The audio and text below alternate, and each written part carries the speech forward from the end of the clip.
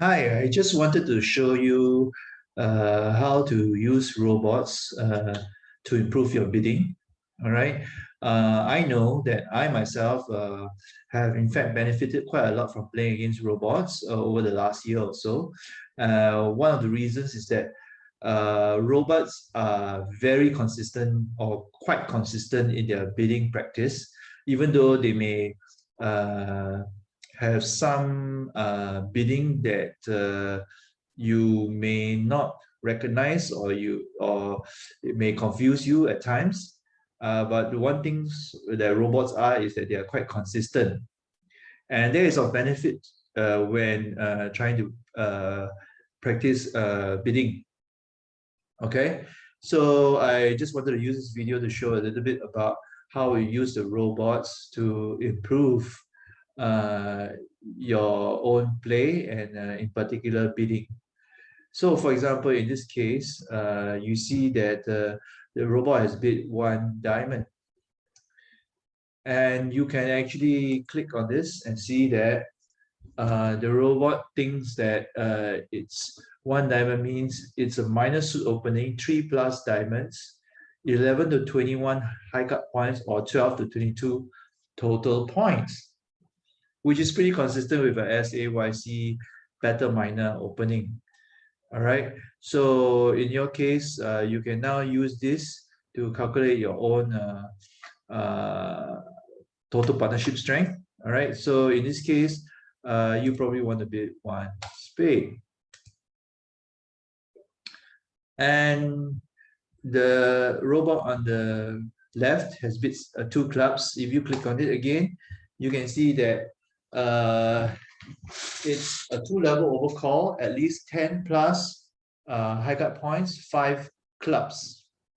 Okay, and less than 18 total points, probably meaning that if it was more than 18 total points, you would do something else, not just do an overcall of 2 clubs.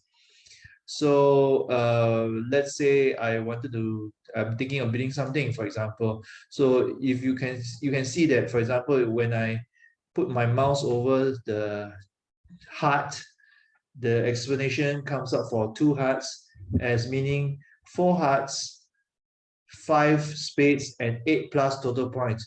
Do I have 8 plus total points? 6, 7, 8, 6, 7, 8 high cut points plus some points for this short suit here. So I can in fact bid 2 hearts. And now the robot comes here to bid 3 clubs. All right, so you can see that there's very few points against these 3 clubs. So this is probably a sacrificial kind of bid or interference kind of bid. All right, so you want to see, for example, should you go further? Already you know that your partner has bid only one diamond and has not responded at all. Should you bid it further? For example, when you bid one spade, right, you only promise at least 4 spades. So should you now bid 3 spade?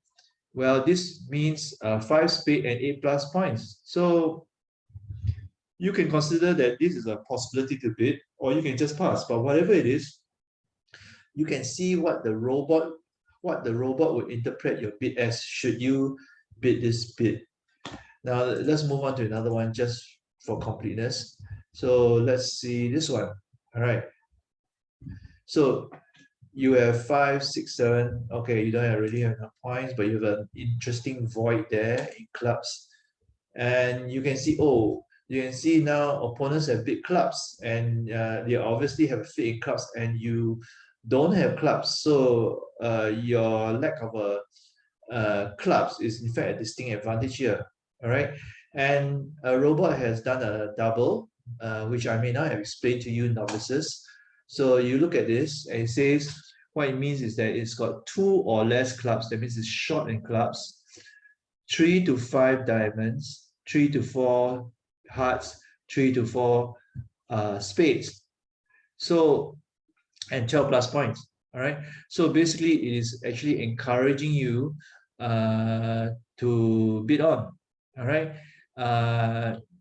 and it's short in clubs, right? And you also are short in clubs. So that means you can basically negate the high honors in this club suit, which means your void is probably worth between 7 to 9 points, really. So let's say it's 8 points, 9, 10, 11, 12, 13, 14, 15.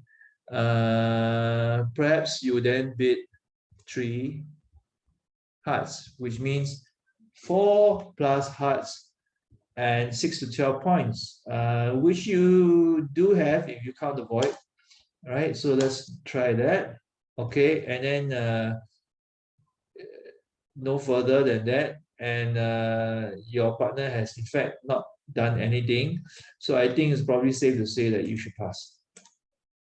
And this is basically how we use the robot to help in your bidding.